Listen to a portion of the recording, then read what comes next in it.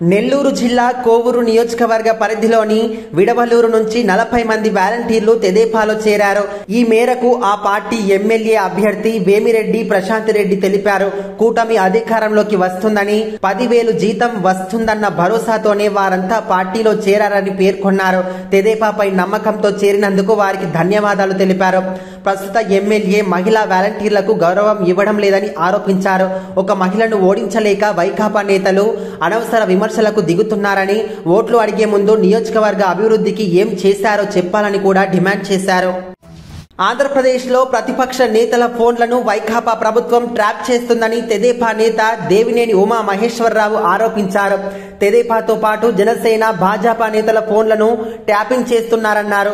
నేతల వ్యక్తిగత సమాచారాన్ని సేకరిస్తూ వారి స్వేచ్ఛను హరిస్తున్నారని ఆరోపించారు. చంద్రబాబు, పవన్ కళ్యాణ్, పురంధేశ్వరి సహా అనేక మంది నాయకుల ఫోన్లు ట్యాపింగ్ కు గురవుతున్నాయని ఆందోళన వ్యక్తం చేశారు. దీనికి వైకాపా ప్రభుత్వం సమాధానం చెప్పాలని కూడా డిమాండ్ చేశారు. ఆంధ్రప్రదేశ్లో ఇంటర్ ఫలితాల్లో మొదటి సంవత్సరం 67%, ద్వితీయ సంవత్సరం 78% ఉత్తీర్ణత నమోదైంది. ఫలితాల్లో బాలికలు పైచేయి సాధించారు. ప్రథమ సంవత్సరంలో బాలికలు 71%, బాలురు 64% పాస్ అయ్యారు. ద్వితీయ సంవత్సరంలో బాలికలు 81%, బాలురు 75% ఉత్తీర్ణత సాధించారు. మొదటి సంవత్సరం ఫలితాల్లో 84%తో కృష్ణా జిల్లా ప్రథమ స్థానం సాధించింది. 81%తో గుంటూరు ద్వితీయ స్థానం, 79%తో ఎన్టీఆర్ జిల్లా తృతీయ స్థానంలో నిలిచాయి. తెలుగుదేశం పార్టీ అధినేత చంద్రబాబు నివాసంలో ఎన్డీఏ కూటమి నేతల సమావేశం దాదాపు 2 గంటల పాటు సాగింది. చంద్రబాబుతో జనసేనాని పవన్ కళ్యాణ్, రాష్ట్ర భాజపా అధ్యక్షురాలు పురంధేశ్వరి, జాతీయ ప్రధాన కార్యదర్శి అరుణ్ సింగ్, మాజీ మంత్రి సిద్ధార్థనాథ్ సింగ్లు సమావేశమై కీలక అంశాలపై చర్చించారు. ఉమ్మడి మేనిఫెస్టో, తదుపరి ఎన్నికల ప్రచార శైలి, భవిష్యత్తు కార్యాచరణ, క్షేత్రస్థాయి పరిస్థితులపై చర్చించినట్టు సమాచారం. పరస్పర మార్పు కోరుకుంటున్న వివిధ స్థానాలపైన కూటమి నేతల మధ్య చర్చ జరిగినట్టు తెలుస్తోంది. ప్రధాని మోదీ పాల్గొనే బహిరంగ సభల నిర్వహణపై నేతలు చర్చించారు. ఫోన్ ట్యాపింగ్, కొందరు ఉన్నతాధికారుల ఏకపక్ష వైఖరి తదితర అంశాలపై నేతల మధ్య చర్చకు వచ్చినట్లు తెలుస్తోంది. ఆంధ్రప్రదేశ్లో ఇసుక మాఫియా రెచ్చిపోతుందనడానికి ఈ ఘటనే ఉదాహరణ. శ్మశానాలను సైతం వదలకుండా అర్ధరాత్రి వేళ ఇష్టారాజ్యంగా ఇసుక వ్యాపారం చేస్తున్నారు. బాపట్ల జిల్లా చీరాల మండలం ఈపూరుపాలెంలో ఇంటి నిర్మాణం కోసం ఇసుక తొలిస్తే శవం బయటపడిందని భవన యజమానురాలు పోలీసులకు ఫిర్యాదు చేశారు. పోలీసుల కథనం ప్రకారం పద్మనాభంపేటలో నివాసముంటున్న కాగితాల లక్ష్మి నూతనంగా ఇంటి నిర్మాణం చేపట్టారు. బేస్ మట్టం పూడ్చేందుకు స్థానిక వ్యాపారులతో మాట్లాడి ట్రాక్టర్లలో ఇసుక తరలించారు. ఇంటి పని కోసం వచ్చిన కూలీలు బేస్ మట్టాన్ని ఇసుకతో నింపేందుకు ఇసుక తీస్తుండగా అందులో పురుషుడి శవం బయటపడింది. దీంతో భయాందోళనకు గురైన కూలీలు విషయాన్ని ఇంటి యజమానికి తెలియజేశారు. లక్ష్మి ఫిర్యాదు మేరకు పోలీసులు కేసు నమోదు చేశారు. లోక్సభ ఎన్నికల సమయం దగ్గర పడుతున్న కొద్దీ కాంగ్రెస్ నేతలు ఆందోళన, అబద్ధత భావానికి గురవుతున్నారని భాజపా రాజ్యసభ సభ్యుడు లక్ష్మణ్ విమర్శించారు. నాంపల్లిలోని పార్టీ రాష్ట్ర కార్యాలయంలో నిర్వహించిన మీడియా సమావేశంలో మాట్లాడుతూ ప్రచారంలో అన్ని పార్టీల కంటే భాజపా అభ్యర్థులు దూసుకుపోతున్నారని చెప్పారు. ఇచ్చిన హామీలను అమలు చేయడంలో కాంగ్రెస్ విఫలమైందని ఆరోపించారు. రుణమాఫీ ఇప్పటి వరకు అమలు చేయలేదన్నారు. కాంగ్రెస్ ప్రభుత్వంపై రైతులు ఆగ్రహంగా ఉన్నారు.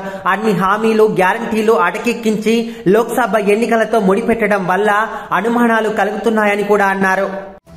ఢిల్లీ మద్యం కేసులో కవితను కస్టడీకి ఇవ్వాలని కోరుతూ సిబిఐ దాఖలు చేసిన పిటిషన్పై రౌస్ అవెన్యూ కోర్టు ఉత్తర్వులు జారీ చేసింది. 5 రోజుల కస్టడీకి ఇవ్వాలని సిబిఐ కోరగా 3 రోజుల పాటు కస్టడీకి అనుమతిస్తూ ఆదేశాలు జారీ చేసింది.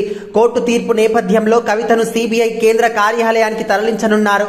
ఈ నెల 15న ఉదయం 10 గంటలకు కవితను కోర్టులో హాజరుపరచాలని న్యాయమూర్తి ఉత్తర్వుల్లో పేర్కొన్నారు. మద్యం విధానంలో కీలక సూత్రధారి, పాత్రధారి కవితే అని సిబిఐ వాదించింది. విచారణకు ఆమె సహకరించలేదని, అందుకే కస్టడీకి ఇవ్వాలని కోరుతున్నట్లు కోర్టుకు విన్నవించింది. అందరూ కలిసి పనిచేస్తే ఈ నెల 17వ తేదీన శ్రీరామనవమి శోభాయాత్ర విజయవంతం అవుతుందని హైదరాబాద్ నగర సిపి శ్రీనివాస్ రెడ్డి అన్నారు. యాత్ర నిర్వహణపై పోలీసులు వివిధ శాఖల అధికారులతో ఆయన సమీక్ష నిర్వహించారు. గత ఏడాది జరిగిన పొరపాట్లను ఈసారి పునరావృతం కానివద్దని సూచించారు. వేడుకల సమయంలో నగరంలో మత సామరస్యం వెల్లివిరుస్తుందని చెప్పారు. సమయం తక్కువగా ఉందని, అధికారులు సెలవు రోజుల్లో కూడా పనిచేయాలని సిపి విజ్ఞప్తి చేశారు. తాగునీరు, డ్రైనేజీ సమస్యలు లేకుండా సంబంధిత అధికారులు చర్యలు చేపట్టాలన్నారు. రోడ్లపై చెత్త ఉండకుండా చూడాలన్నారు. శ్రీరామనవమి, హనుమాన్ జయంతి, బోనాలు, గణేష్ ఉత్సవాలు, విజయదశమి పండుగల నిర్వహణలో హైదరాబాద్ ను ఆదర్శంగా నిలపాలని పిలుపునిచ్చారు. తెలుగు రాష్ట్రాల్లో నీటి ఎద్దడి నెలకొన్న వేళ కేఆర్ఎంబీ కీలక నిర్ణయం తీసుకుంది. నాగార్జున సాగర్ జలాశయంలో 500 అడుగులకు పైన ఉన్న 14 టీఎంసీల నీటిని తాగునీటి అవసరాల కోసం పూర్తి స్థాయిలో సద్వినియోగం చేసుకోవాలని కృష్ణానది యాజమాన్య బోర్డు త్రిసభ్య కమిటీ నిర్ణయించింది. అందుబాటులో ఉన్న 14 టీఎంసీలలో తెలంగాణకు 8.5, ఆంధ్రప్రదేశ్ కు 5.5 టీఎంసీల నీటిని కేటాయించారు. కేఆర్ఎంబీ సభ్య కార్యదర్శి డిఎం రాయ్పూరే నేతృత్వంలో హైదరాబాద్ జలసౌధలో జరిగిన త్రిసభ్య కమిటీ సమావేశంలో Telangana ENC Anil Kumar, AP ENC Narayana Reddy పాల్గొన్నారు. రాష్ట్రంలో భాజపాకి ఓటు అడిగే హక్కు లేదని తెలంగాణ మంత్రి పొన్నం ప్రభాకర్ అన్నారు. రాష్ట్రానికి ఆ పార్టీ ఏం చేసిందని కూడా ప్రశ్నించారు. ఒక్క జాతీయ ప్రాజెక్టు అయినా ఇచ్చిందా అని నిలదీశారు. గాంధీ భవన్ లో నిర్వహించిన మీడియా సమావేశంలో ఆయన మాట్లాడుతూ భాజపాను వ్యతిరేకిస్తే ఈడీ, సిబిఐ దాడులు చేయిస్తున్నారని మండిపడ్డారు. చేనేతలకు కేంద్రంలోని భాజపా ప్రభుత్వం అన్యాయం చేసిందని, తెలంగాణ అమరవీరులను అవమానించిందని విమర్శించారు. భాజపా, భారత కలిసి కాంగ్రెస్ ను దెబ్బతీసేందుకు ప్రయత్నిస్తున్నాయన్నారు. కాంగ్రెస్ ఇచ్చిన ప్రతి హామీని అమలు చేస్తామని కూడా పునరుద్ఘాటించారు.